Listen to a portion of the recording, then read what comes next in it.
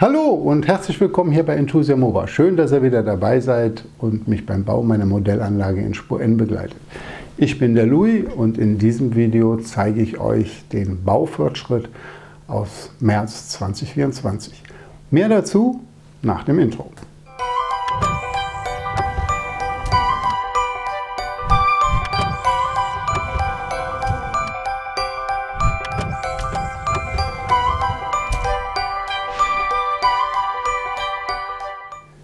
Ja, der nächste Baufortschritt ist da, der letzte Monat ist um. Also immer zum Anfang eines Monats zeige ich euch immer den Baufortschritt aus dem vergangenen Monat.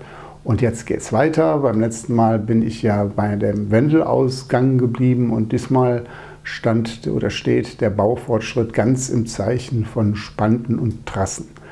Ich wünsche euch viel Spaß beim Zuschauen und nach dem Film sehen wir uns hoffentlich wieder. Gut, dann nehme ich euch mal wieder mit und dann machen wir einen kleinen Rundflug hier wieder, was ich in diesem März gemacht habe. Ja, als erstes habe ich mir hier mal, nach dem dritten Versuch ist es mir dann doch endlich gelungen, nochmal die Pläne auszudrücken. Den ersten Versuch, den habe ich ausgedruckt ohne Höhenangaben. Ja, der zweite Versuch ist gescheitert an dem Klebeband. Da hat sich nachher die Qualität bemerkbar gemacht, dann hat sich das gelöst. Und beim Auslegen hatte ich ja wieder Einzelteile. Ja, und mit dem richtigen Klebeband sieht das dann eben so aus. Ne? So, das hier ist jetzt der Teil, den wir nachher hier hinten da sehen werden. Hier mit dem Fluss. Zum Fluss muss ich auch noch was sagen, denn da habe ich einen richtig geilen Kommentar bekommen. Und da habe ich dann auch ein bisschen was zu gemacht. So, die Pläne habe ich erstellt, wie ich die gemacht habe oder so und worauf ich geachtet habe, das zeige ich euch später. Ach so, hier liegt noch ein Wunderwerk der Technik. Ja, da habe ich mir nämlich mit so einer Kunststoffschiene eine Schablone gemacht, die wird auf einer Seite hier befestigt. Ne? Hier kommt ein Schräubchen rein und dann kann ich hier schön mit dem Edding immer schön Kreise ziehen und das habe ich später gebraucht, um mir eben genau solche Trassen hier umzubauen. Und hier sehen wir auch schon ein bisschen, was ich in der Vergangenheit gemacht habe. Also hier gibt es jetzt ein Rückband. Das ist jetzt hier der Teil vom ersten Segment, ne? Oder beziehungsweise vom Segment 4. Ach, da liegt mein Handy, da kann ich auch gleich was zu sagen. Ja, dann habe ich erstmal hier eine gerade Rückwand und wie man hier sehen kann, ich fahre mal ein bisschen tiefer ran, hoffentlich wegen dem Schatten, gucken wir mal, funktioniert. Also da kann man sehen, da ist eine Stufe drin. Das liegt daran, dass ich hier hinten noch eine Gleisführung habe und den Platz einfach brauche. Und später musste ich aber einen Sprung nach vorne machen, das hat auch einen Grund. Aber jetzt mal wieder in die andere Richtung. So. Da komme ich jetzt zu. So, dann habe ich ein paar Spanten ausgemessen, weil das Programm, mit dem ich hier arbeite, ist ja oder geplant habe, ist ja SCAM. Und SCAM kann halt nicht wie andere Software berechnen oder beziehungsweise ich kann damit keine Spanten setzen und die dann separat berechnen lassen und die Ausschnitte mir anzeigen lassen. Nee, das ist alles hier Handarbeit und dann sieht man auch hier, habe ich mir die Höhenangaben ausgedruckt. So, und von dort aus, das sind immer die Oberkanteneingaben. Ja, da muss ich halt die Materialstärke der Trasse abziehen und gucken, von wo ich starte, dass ich dann eben entsprechend an diese Höhe rankomme. Das ist jetzt ein bisschen Handarbeit, aber was soll es? Ja, dann gehe ich mal ein Stück zurück, komme ein Stückchen weiter zurück und hier kommt jetzt die nächste Story. Da habe ich, Moment, jetzt schauen wir mal auf dem Handy. Und zwar habe ich einen richtig geilen Kommentar bekommen hier von Franks Moba, Kollege hier Güttlingen. Und der Frank sagte mir dann, ja, ist ja ganz schön, dass du hier das mit dem Fluss gemacht hast. Ich habe da nur eine Frage mal zu der Flusslandschaft. Ja, das hat er hier geschrieben. Jetzt blende ich den mal so ein bisschen ein. Und zwar sagt er, ich kann mir das irgendwie noch nicht ganz vorstellen. Reicht dir denn die Trassentiefe aus, beziehungsweise hier der Bahndamm, den du da legst? Wie machst du das? Da bin ich mal gespannt, was kommt. Da habe ich bei mir gedacht, verflucht nochmal, der Junge, der hat recht. Das hast du überhaupt nicht berücksichtigt. Dann habe ich mit meinem Wingman drüber gesprochen. Der Wingman sagte, ja, mach doch nicht so schwer, säge ich das Teil hier aus und dann ist es, jo, dann klebst du die Platte wieder von unten drunter. Naja, ich bin jetzt nicht einer, der die Platte einfach so unten drunter klebt. Da habe ich gesagt, naja, Platte unten drunter und dann hier Stege setzen oder wie auch immer.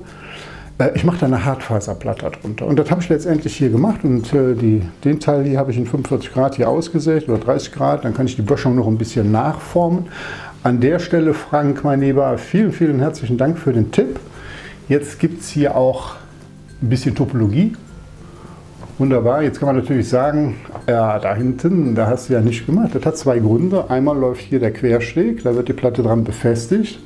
Und zum anderen habe ich ja hier hinten einen kleinen See und der muss ja irgendwie hier runterkommen. So, der Teil hier hinten ist verdeckt und ich weiß noch nicht, wo die Verdeckung aufhört. Und dann kann man hier, was weiß ich, vielleicht einen kleinen Wasserlauf machen, was auch immer. Da wird mir schon noch was einfallen und dann endet das eben in diese Flussmündung.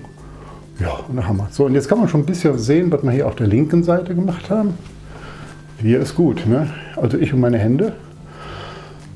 Da waren wir ja letztes Mal stehen geblieben. Das war der Ausgang vom Wendel. Das war ja so das Hauptthema vom letzten Mal. Und diesmal stand das mehr so im Zeichen von den Rückwänden und von den Spanten. Und so soll das mal ein bisschen aussehen. Jetzt gehen wir mal ein bisschen wirklich in die Hubschrauberperspektive hier. Ja, und wenn man von vorne guckt, gibt es hier eigentlich drei Ebenen.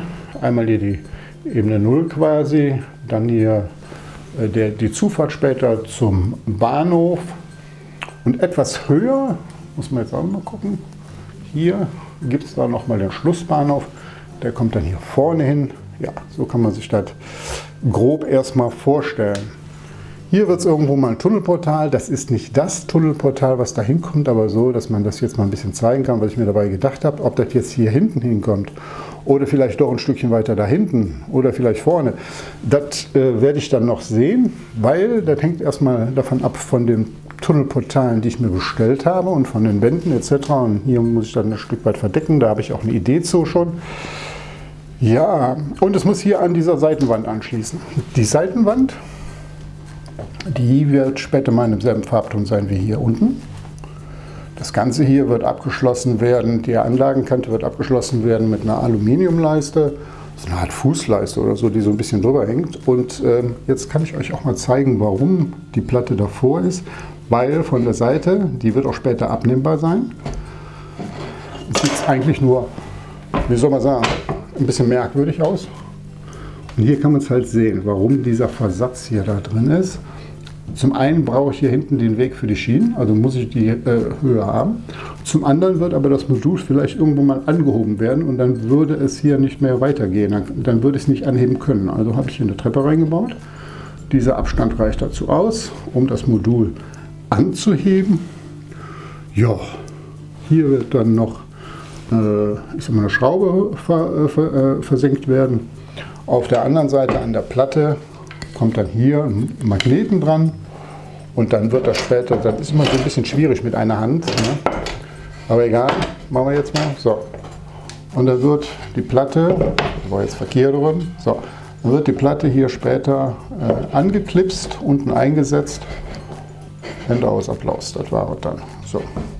Was hier vorne angeht, am Gebirge, das wird vorher noch angepasst werden, bevor es lackiert wird, sodass das dann wahrscheinlich hier sauber runtergeht, hier an dem Tunnelportal enden wird.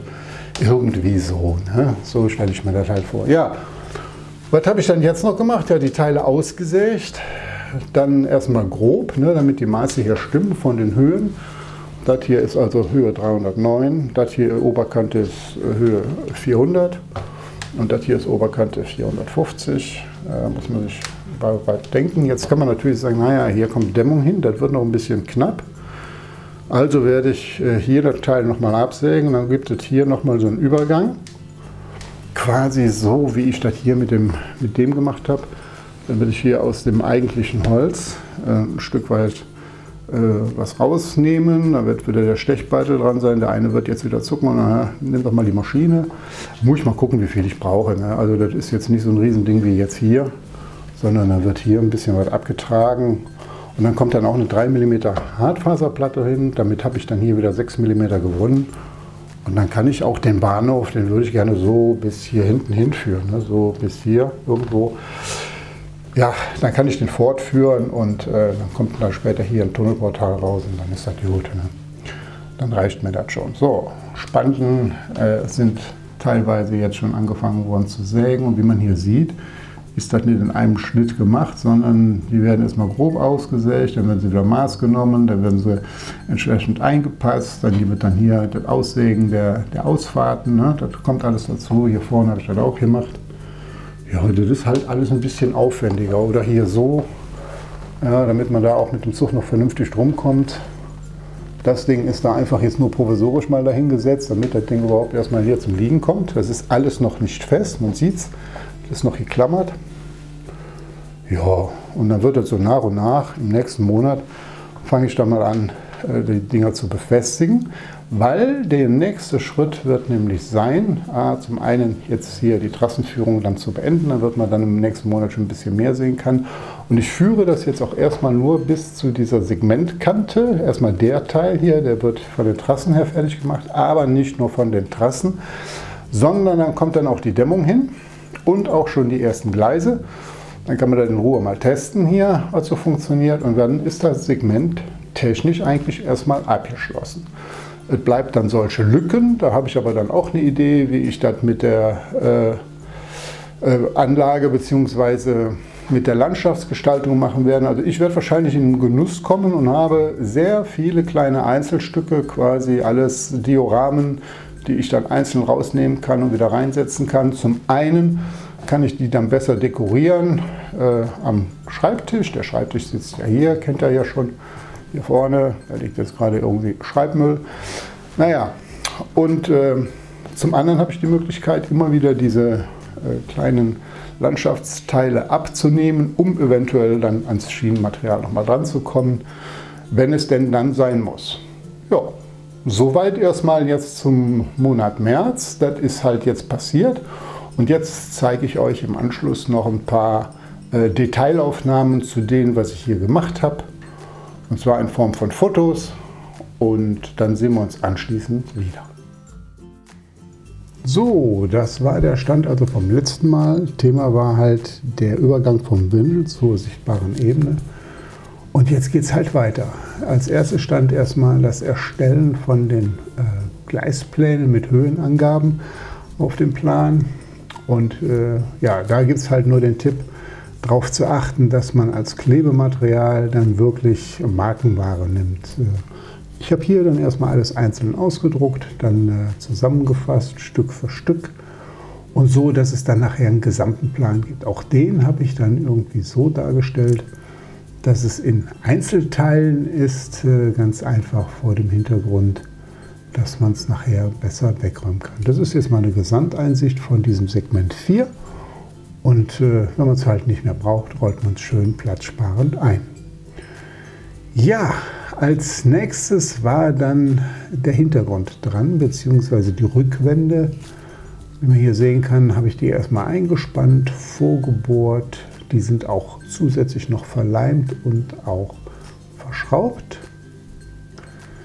Ja, und zum Schluss, was man jetzt sehen kann, an der Seite, an der linksten kleinen Seite, da musste ich dann in zwei Stücken vorgehen. Und zwar aus dem Grund, hier dieses Segment kann man anheben, und wenn ich da eine höhere Wand gemacht hätte, dann wäre das unterhalb vom Hintergrund gestoßen. Dazu habe ich mir jetzt hier diese Winkel gekauft.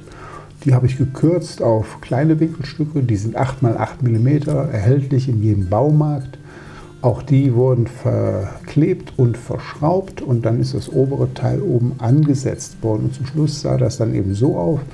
Dann gab es hier eine Stufe, und jetzt kann man es gleich von der Seite nochmal sehen. Da sieht man es genau, da kann man es nämlich dann besser anheben, und ich brauche halt auch den unteren Teil, weil halt noch Gleise da liegen. Das Ganze wird verblendet mit einem Brettchen, was später auch immer wieder abnehmbar ist, jetzt mal von der Seite. Und das wird gehalten dann später mal durch einen Magneten. Ja, die andere Seite habe ich auch gemacht, und hier kann man sehen, habe ich die Rückwand auf der anderen Wandseite ist durchgehend, da habe ich also nicht dieses Platzproblem.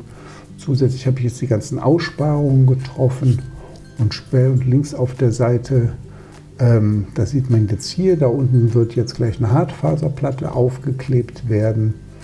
Der Hintergrund ist ganz einfach da lege ich dann ein Trassenbrettchen ein und hebe es auf der anderen Seite an, und so kriege ich es dann halt hin, dass ich einen ganz seichten Übergang habe in die Steigung rein. Ja, genau, da kann man es vielleicht sehen. Trasse ist noch nicht da, kommt beim nächsten Mal, aber wir werden es dann schon sehen. Ja. Und jetzt kommen wir gleich zu dem nächsten Thema. Hier hatte ich ja vorhin schon den Hinweis gegeben, dass der Frank von Frank Smober mir den Tipp gegeben hat, es geht hier um den Flussverlauf, der mir ja dann sagte, hör mal, wie willst du das topologisch darstellen? Und dann habe ich halt das hin und her überlegt und Minge Wingman, der Sibi, der sagte mir, was sehe ich das doch einfach aus. Gut. Dann hatte ich hier ein schwarzes Loch, das wollte ich jetzt einfach nicht so beibehalten. Und dann sagt er, ja, dann mach einfach das, was da aussieht, das klebst du unten drunter, beziehungsweise machst du Abstände dran. Das war aber jetzt nicht ganz so meins. Deshalb habe ich eine Hartfaserplatte genommen, habe den ausgeschnittenen Flussverlauf darauf fixiert. Dann habe ich mir eine Angelrolle genommen, eine Angelschnurrolle, da in der Mitte dann den Edding reingesetzt und konnte dann ringsrum, weil ich die Abstände dann hatte, eine Linie ziehen. Linie ziehen hört sich jetzt blöd an, aber habe ich halt gemacht. Ne? Dann wurde es anschließend ausgeschnitten und dann konnte ich das Stück dann unten drunter auch verkleben, verschrauben. Verschraubt habe ich es deshalb, weil ich traue halt dem Klebstoff nicht. Vielleicht löst es sich in den Jahren dann irgendwann mal ab. Dann sind die Schrauben noch da. Wer weiß, wofür man es braucht. Vorsicht, ist die Mutter mit der Porzellankiste. So sieht es halt aus. Ne? Dann ist das der Flussverlauf. Und jetzt habe ich dann natürlich auf der einen Seite wird es noch eine Gleisbettung geben. Dann habe ich eine Stufe drin. Dann habe ich nochmal eine Senke zum Fluss drin. Ich glaube, damit kann ich es ganz gut darstellen. Ja, als nächstes habe ich mir hier dieses kleine Werkzeug gemacht, und zwar ist das eine Schablone von allen möglichen Radien, die es von Fleischmann und von Minitrix gibt. Die habe ich mir da aufgezeichnet, vorgebohrt, und zwar so, dass ich halt vernünftig ein Edding da einsetzen kann und kann dann, wie man sieht, das auf eine Seite fixieren und dann mit dem Edding quasi meine Kreise ziehen. Die mittleren beiden sind immer die Spurlinien. Ja, die habe ich für mich erstmal per se schon mal festgemacht. Auf verschiedensten Materialien die Dinger jetzt festgelegt. Das war eigentlich mit die Hauptaufgabe. So, das ist jetzt mal eine Stellprobe von den Spanten und den ersten Teilen, die ich jetzt aufgesägt habe. Das war's. So, ihr Lieben, da sind wir wieder. Der Monat ist um, der nächste beginnt, also kommt wieder, ich hoffe, Interessantes dazu. An der Stelle nochmal ganz, ganz lieben Dank an den Frank von Frank Smober. Viele kennen ihn ja auch mit seiner Modellbahn und dem Bahnhof Gücklingen. Die Nummer mit dem Fluss hat mir sehr, sehr geholfen, und es war cool, dass sie mir diesen Kommentar dagelassen hat. Nicht auszudenken, wenn mir das später irgendwie aufgefallen wäre oder weil ich da hätte stricken müssen, keine Ahnung. Super cool, vielen Dank, und das zeichnet dann auch mal wieder die Community aus, wenn die alle gucken und uns gegenseitig Tipps geben. Besser kann es einfach nicht laufen. Ja, Spanten und Trassen, ganz ein spannendes Thema. Da muss man sich natürlich auch ab und zu mal überlegen, ob man nicht vorher bei der Planung vielleicht doch mehr in ein Stück Software investieren möchte, dass die Umsetzung kann. Ich habe an der Stelle es eben anders gemacht, aber ich scheue mich auch nicht vor der Arbeit, die dahinter steht, das alles nochmal manuell zu machen. Jod, Spitzer Bleistift, Taschenrechner, 300 Mal messen und dann irgendwann mal mit Angst die Säge ansetzen, wird schon gehen. Ne? So, hat auch soweit funktioniert, und ich bin mal gespannt, wie es jetzt an der Stelle damit weitergehen wird. Ja, nächstes Thema ist halt weiter das Thema Spanten und Trassen jetzt hier auf dem hinter mir liegenden Segment zu verlegen. Ich werde aber dieses Segment zumindest bis zum elektrischen Punkt erstmal fertig machen. Das heißt, dann kommt auch noch Gleisdämmung dazu und die Gleise werden verlegt. Das wird in dem Segment schon mal angeschlossen werden. Im Train-Controller muss das dann implementiert werden. Ob das alles schon im nächsten Monat passiert, das glaube ich jetzt weniger, aber es zeigt zumindest mal den Weg, wie es denn jetzt gehen wird. So, ihr Lieben, das war es wieder mal. Vielen lieben Dank fürs Zuschauen. Wenn es euch gefallen hat, dann freue ich mich über euren Daumen nach oben, aber ganz besonders auf euren nächsten Besuch. Und damit ihr die Fortsetzung nicht verpasst, lasst mir einfach euer Abo da. Das Glöckchen noch einschalten, und schon werdet ihr hier wieder vom Kanal unterrichtet, wenn es denn wieder was Neues gibt. Also dann, ich wünsche euch noch eine schöne Zeit. Macht's gut, bis zum nächsten Mal. Tschüss, euer Louis.